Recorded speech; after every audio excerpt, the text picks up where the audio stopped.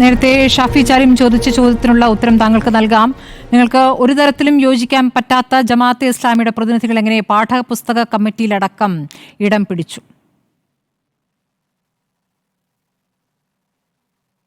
നമ്മുടെ നാട്ടിൻപുറത്തൊക്കെ ഇങ്ങനെ ഈ മാനസികമായിട്ട് അസ്വാസ്ഥ്യമുള്ളവരെ സ്വാഭാവികമായിട്ടും നമ്മൾ പിടികൂടി ആസ്പത്രിയിലേക്ക് കൊണ്ടുപോകാൻ ശ്രമിക്കുമല്ലോ. അപ്പോൾ ഈ അസ്വാസ്ഥ്യമുള്ളവൻ പറയും, എനിക്കല്ല ഭ്രാന്ത്, ഇതാ ഇയാൾക്കാണ് ഭ്രാന്ത്, ഈ പിടികൂടാൻ വന്നവരെ ചൂണ്ടിക്കാണിച്ചിട്ട്. അമ്മട്ടിലാണ് ഷാഫി ചാലിയം പ്രസ്താവന നടത്തിക്കൊണ്ടിരിക്കുന്നത്. വർഗീയതയുടെ ചളിയാണ് അദ്ദേഹത്തിൻ്റെ ശരീരം മുഴുവൻ, ചോര മുഴുവൻ. എന്നിട്ട് അദ്ദേഹം മറ്റുള്ളവരെ വർഗീയവാദിയാക്കാൻ വേണ്ടി ശ്രമിക്കുകയാണ്.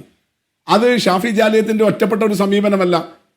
ഇപ്പോൾ ഈ നിലമ്പൂരിൽ UDF ചോദിച്ചതിന് മറുപടി പറയും. അതിലെന്താ സ്വരാജിനെ വിശേഷിപ്പിക്കുന്നത്? സ്വരാജിനെ മറുപടി ഇല്ലെങ്കിൽ ഇല്ല എന്ന് പറ. പാകിസ്ഥാൻ ചാരൻ എന്നാണ് അദ്ദേഹം. സംസാരിക്കുമ്പോൾ ഞാൻ മുസ്തഫ, നമ്മുടെ ചർച്ചയിൽ ഉയരാത്ത ഒരു കാര്യത്തെ കുറിച്ച് താങ്കൾ ആരോടാണ് ഈ മറുപടി പറയുന്നത്?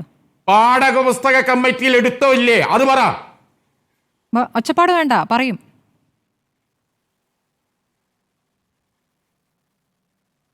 നിങ്ങൾ സംസാരിക്കുമ്പോൾ ഞാൻ മിണ്ടാതെ ശരി, ശ്രീ ഷാഫി ചാലിയം അദ്ദേഹം പറയട്ടെ. അദ്ദേഹത്തിന്റെ രീതിക്ക് അദ്ദേഹം പറയുന്നേ, നാട്ടുകാർ കാണല്ലേ.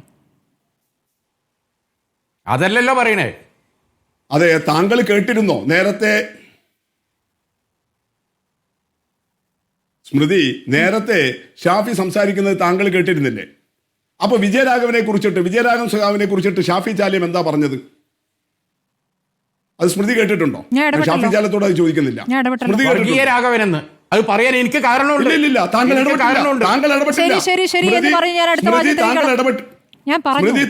വയനാടിലെ 4.5 ലക്ഷം വരുന്ന മതനിരപേക്ഷരെ ഇസ്ലാമിക ഭീകരവാദികളാക്കിയവനാണ് വിജയരാഘവൻ.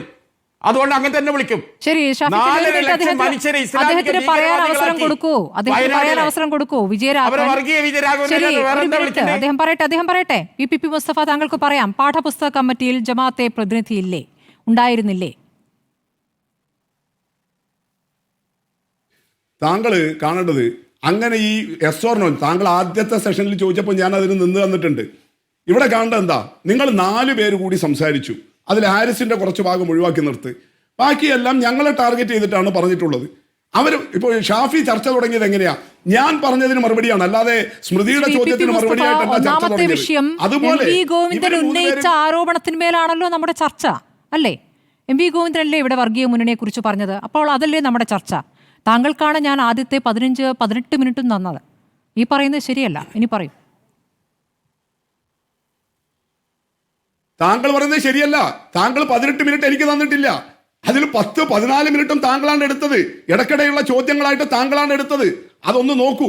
ഇവിടെ ഞാൻ ഷാഫി ചാലിയം ഞങ്ങളുടെ നേതാവിനെ വർഗീയവാദി എന്ന് വിളിച്ചപ്പോൾ അനങ്ങാതിരുന്ന സ്മൃതിക്ക് ഈ ശരീരം മുഴുവൻ വർഗീയതയുമായിട്ട് നടക്കുന്ന ഷാഫിയെ കുറിച്ച് അത് പറയുമ്പോൾ എന്തേ പൊള്ളാൻ കാരണം? അപ്പൊ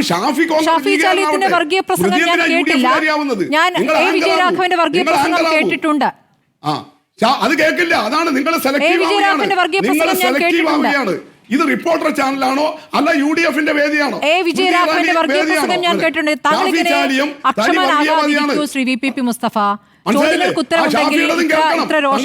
താങ്കൾ അങ്ങനെ സെലക്റ്റീവ് ആവരുത്. രോഷം കാണിക്കേണ്ടത് കാര്യമില്ല. വേദിയാണോ ഇത്? ഞങ്ങളുടെ നേതാവിനെ അപമാനിച്ചിട്ട് തോന്നിയ ദിവസം പറയുന്നു. ഞങ്ങളുടെ നേതാവിനെ അപമാനിക്കാനുള്ള വേദിയാണോ റിപ്പോർട്ടർ ചാനല്? അതിന് കൈയടിക്കാനാണോ സ്മൃതി പിന്നെ പരുത്തിക്കാട് വന്നിരിക്കുന്നത്? എന്തോ ആർക്കും ആരെയും കുറിച്ച് ആക്ഷേപിക്കാമെന്നാണോ? അതൊന്നും കേട്ടിരിക്കാൻ പാടില്ല. നിങ്ങൾ റിപ്പോർട്ടർ ചാനലിന്റെ CPM പ്രതിനിധിയായിട്ട് എന്നെ വിളിച്ചതാണോ അല്ല പിന്നെ പരുത്തിക്കാടിന്റെ ഒരു അടിമയെ പോലെ ഞങ്ങൾ മറുപടി തന്നെയാണ്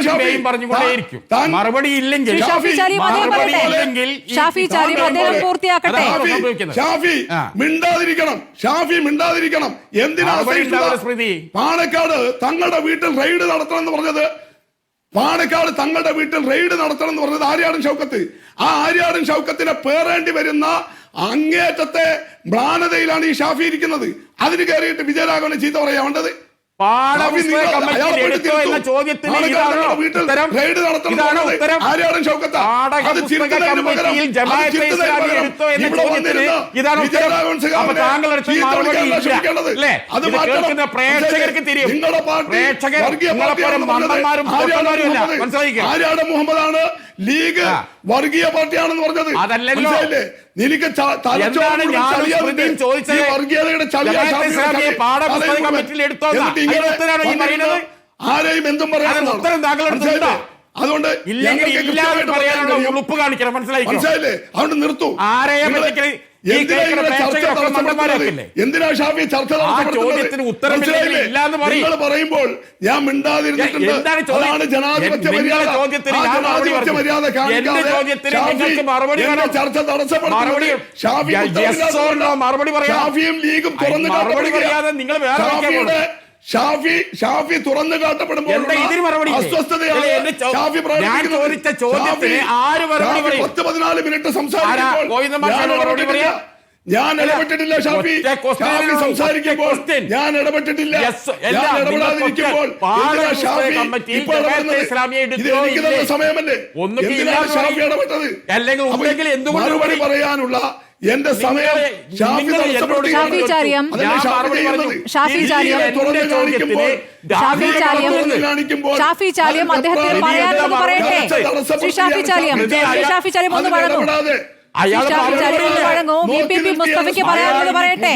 ചോദിച്ചാൽ എനിക്ക് മറുപടി പറയാൻ എവിടെ സമയം? ഇല്ല, ഞാൻ സമയം തരാം. അയാൾ പുതിയ സമയം തരാം. നമ്മുടെ ചോദ്യത്തിന് അയാളോട് മറുപടി സ്മൃതി ചോദിക്കാതെ എന്റെ ചോദ്യത്തിന് ഉത്തരം പറയാൻ അദ്ദേഹത്തിന് താല്പര്യമില്ലെങ്കിൽ അദ്ദേഹം ഉത്തരം പറയില്ല. അതിലല്ലെങ്കിൽ അഥവാ അതിന് ഉത്തരമില്ല എന്ന് വേണമെങ്കിൽ ഞാൻ വ്യാഖ്യാനിച്ചോളാം. Shri V P P Mustafa നേതാക്കൾ പല കാലങ്ങളിൽ പല നിലപാടെടുത്തതിനെ കുറിച്ച് നിങ്ങളുടെ നേതാക്കളും UDF നേതാക്കളും ഓരോ ഘട്ടത്തിലും പറഞ്ഞിട്ടുണ്ട്. ശ്രീ വി പി മുസ്തഫ ഒന്ന് കേൾക്കൂ.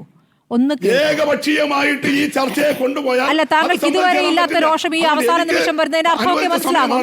താങ്കൾക്ക് തുടക്കത്തിലോ ഈ മധ്യഭാഗത്തോ ഇടവേളയ്ക്ക് പോകുമ്പോഴോ ഒന്നുമില്ലാത്ത രോഷത്തിന്റെ അർത്ഥം ഈ അവസാന നിമിഷം വരുന്നതിൽ മനസ്സിലാക്കും. ശ്രീ വി പി മുസ്തഫ, താങ്കൾക്ക് ഈ പാഠപുസ്തക കമ്മിറ്റിയിൽ ജമാഅത്തെ നേതാക്കൾ എങ്ങനെ വന്നു എന്നതിനെ കുറിച്ച് താങ്കൾക്ക് മറുപടി ഉണ്ടോ?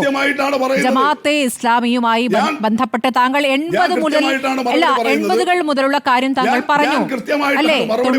ഇല്ല, ഞാൻ 96-ലെയും 2011-ലെയും 2010-ലെയും കാര്യം പറയുമ്പോൾ ഇസ്ലാമി പ്രവർത്തിക്കുന്നത് അതിവിടെ ശ്രീ ഹാരിസ് കൃത്യമായിട്ട് വ്യക്തമാക്കി. ശരി, അങ്ങനെയെങ്കിൽ ഈ പറയുന്ന ഏറ്റവും ഒടുവിൽ നടന്ന സംഭവങ്ങൾ ഇവിടെ കോഴിക്കോട് എയർപോർട്ടിലേക്ക് ജമാഅത്തെ ഇസ്ലാമിയും വെൽഫെയർ പാർട്ടിയും സമരം ചെയ്തു. ഏതാനും മാസം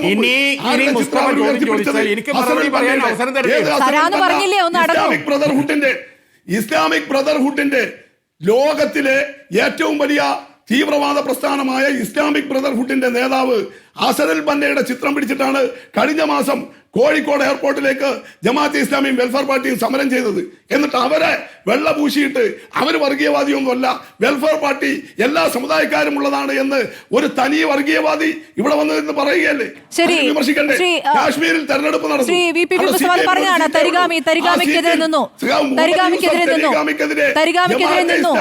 ആരുടെ കൂടിയാ കൂട്ടിയത്? ബിജെപിയും ജമാഅത്തെ ഇസ്ലാമിയും ഒരുമിച്ചിട്ടാണ് സഖാവ് മുഹമ്മദ് യൂസഫ് തരീഖാമിക്കെതിരെ മത്സരിച്ചത്. ഇതാണ് ജമാഅത്തെ ഇസ്ലാമിയുടെ നിലപാട്. ശരി, അപ്പോൾ ഇത് പറയൂ ശ്രീ വി പി മുസ്തഫ, എന്ത് നിലപാട് മാറ്റം കണ്ടിട്ടാണ് നിങ്ങൾ പാഠപുസ്തക കമ്മിറ്റിയിൽ അവരുടെ ഒരു പ്രതിനിധിയെ ഉൾക്കൊള്ളിച്ചത്, പാലോളി കമ്മിറ്റിയിൽ ഉൾക്കൊള്ളിച്ചത്? ഒന്ന് പറയാമോ? അവര് ഞങ്ങളെ അങ്ങനെ ഒരു മാർക്സിസത്തെയോ കമ്മ്യൂണിസത്തെയോ ഇസ്ലാമി അവരോട് അവരിപ്പോഴും ഈ റീസെന്റ് നിലപാട് സ്വീകരിച്ചിട്ടുള്ളത് ഈ പറഞ്ഞ ഇസ്ലാമിക് ബ്രദർഹുഡിന്റെ അതിതീവ്ര നിലപാടുകളാണ്. എന്നിട്ട് ഷാഫി പറയുകയാണ് ബിജെപിയിൽ വിമാനത്താവളത്തിലേക്ക് നടന്ന പ്രകടനമാണ് നിങ്ങളെ മാറ്റി ചിന്തിപ്പിച്ചതെന്നാണോ? അങ്ങനെയാണോ? UDF നേതാവല്ലേ ഇതല്ലേ അവിടെ സ്വീകരിക്കുന്നത്? ഇപ്പൊ ആകെ കണ്ടെത്തിയ ഒരു കാര്യം അതാണോ? കടുത്ത ആകെ കണ്ടെത്തിയ ഒരു കാര്യം അതാണോ? CVP മുസ്തഫ, അതേ സമീപനം പാഠപുസ്തക കമ്മിറ്റിയുമായി ബന്ധപ്പെട്ട് താങ്കൾക്ക് ഇനിയും പറയാൻ സമയമുണ്ട്, പറയാമോ? ആ ബിജെപിയെ പോലെ തന്നെ പാഠപുസ്തക കമ്മിറ്റിയുമായി ബന്ധപ്പെട്ട് പറയാൻ ഇനിയും സമയമുണ്ട്, പറയാമോ? എതിർക്കപ്പെടേണ്ടതാണ് ജമാഅത്തെ ഇസ്ലാമിയും വെൽഫെയർ പാർട്ടിയും. ആ സമീപനം തന്നെയാണ് ഞങ്ങൾ തുടർന്നിട്ടുള്ളത്. അവരും ആ സമീപനം തന്നെയാണ് ഞങ്ങളോടും സ്വീകരിച്ചിട്ടുള്ളത്. അതുകൊണ്ട് ഒരു തരത്തിലും ഇനിയിപ്പോ നിങ്ങൾ പിണറായി വിജയന്റെ പ്രസ്താവനയൊക്കെ പറഞ്ഞു, ഞാൻ സമയം മറുപടി പാർട്ടി സെക്രട്ടറി ആയിരുന്നു 2014 നടത്തിയ പ്രസ്താവന ഈ ജമാഅത്തെ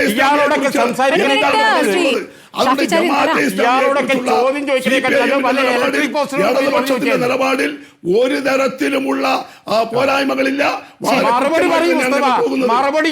പോരായ്മകളില്ലാത്ത നിലപാടാണ്. ഇല്ല, ഈ പറഞ്ഞ മറുപടികളിൽ നിങ്ങൾ ഓരോരുത്തരും പറഞ്ഞ മറുപടികളിലെ വ്യക്തത ജനം വിലയിരുത്തിക്കോളും. ശ്രീ ഷാഫി ചാരിയും താങ്കൾ ഇടയ്ക്ക് ബഹളം വെച്ചതുകൊണ്ട് താങ്കൾക്ക് പറയാനുള്ളത് പറഞ്ഞു എന്നാണ് ഞാൻ വിചാരിക്കുന്നത്.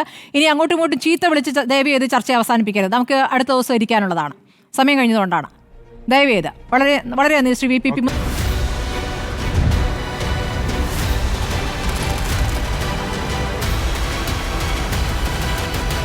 ഡിബേറ്റ് വിത്ത് സ്മൃതി പരുത്തിക്കാട്.